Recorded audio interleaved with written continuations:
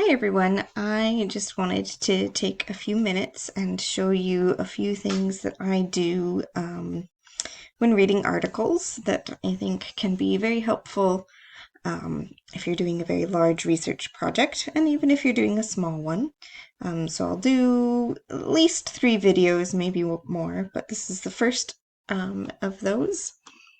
And the first thing I wanted to do was go over just one thing that I find very useful is when you start reading an article or a book is to keep notes, but the first thing that you do when you keep notes is to put at the top of the page the citations. Now, since we are using Chicago manual style, and I feel strongly that Chicago manual style is one of the better ones to choose as your default, even if you know that the journal that you might be submitting an article to or something else might have a different style. Chicago Manual of Style has all of the components, or most of the components, that will be covered in other styles. So it's just a matter of moving those around if you have things set in Chicago Manual of Style. So I'm just going to cite them initially. I'm going to do both a bibliography entry and a footnote entry. And then when I'm writing later, all I have to do is do a copy, paste, and then annotate the actual page number in the footnote later on. And I've already done all the fiddly work with the citation up front. So we're going to work on that. I've recently read this article here. I have a scan of it. And we are going to start with this. I also have up ready this sort of Chicago style citation quick guide. We always want to go for the notes and bibliography style here, not the author and date style. Note and bibliography is what history uses. And it has a quick reference for all of your resource types. Well, most common resource types. If you're getting into more unique sort of primary source ones, you'll need to go into the actual style manual or Turabian's manual for that. But this has most of the big ones, most commonly used ones. And we are going to go for journal article here. So first we're going to see here we have this footnote section here that shows you how to cite this as a journal article for a footnote. And we have here author first name, last name, a comma, and then we have starting in quotes, the title of the piece, comma, ending quotes, the title of the journal, the sort of volume number, or issue number, and then volume number, and then sort of the date of its publication in parentheses, and then we have the page number.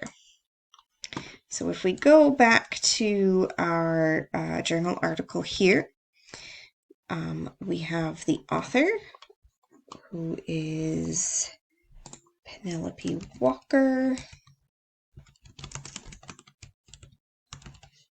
And then we're going to toggle on back here. Penelope Walker. Oh, look, it's a comma. That goes after the first name. Oops. And then we're going to start quotes. And the title of it is Bee Bowls and Past Beekeeping in Scotland.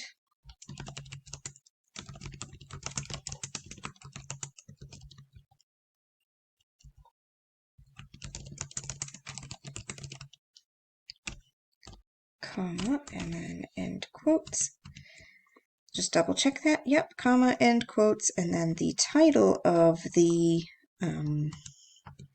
journal is called Reviews of Scottish Culture, or Review of Scottish Culture. And this is in italics.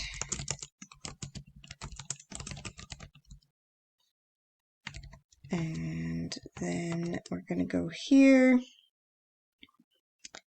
And then we're actually going to go over here because I mistakenly didn't actually scan the page of the journal that has the date of publication. It does say that it's number 4 here, but that doesn't help us at this point.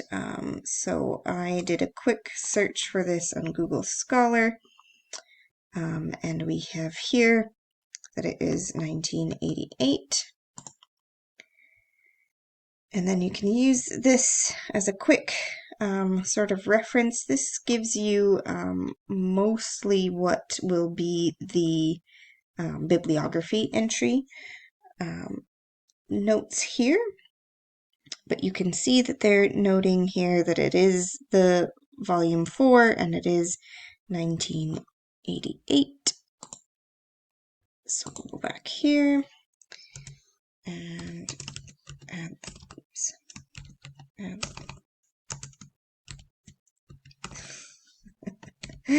There we go. 4. And then 1988.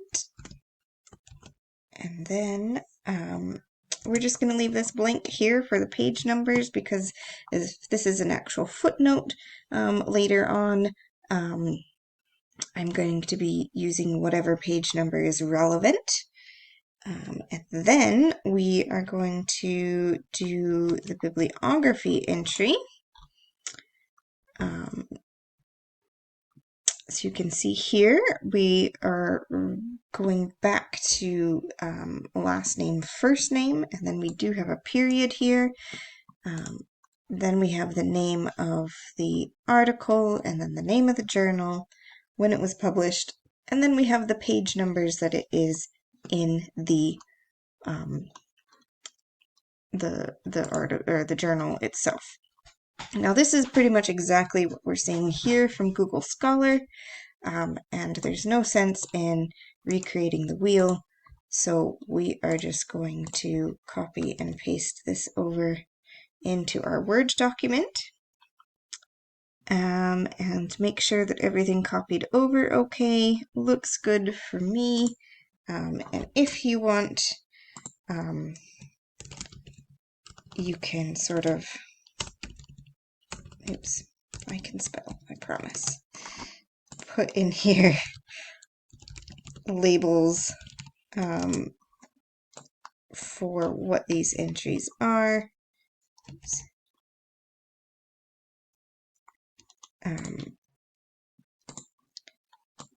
In case you fear that you will be confused in the future. And then under that, you can stick in your actual notes from the article, but we'll go over that in the next video.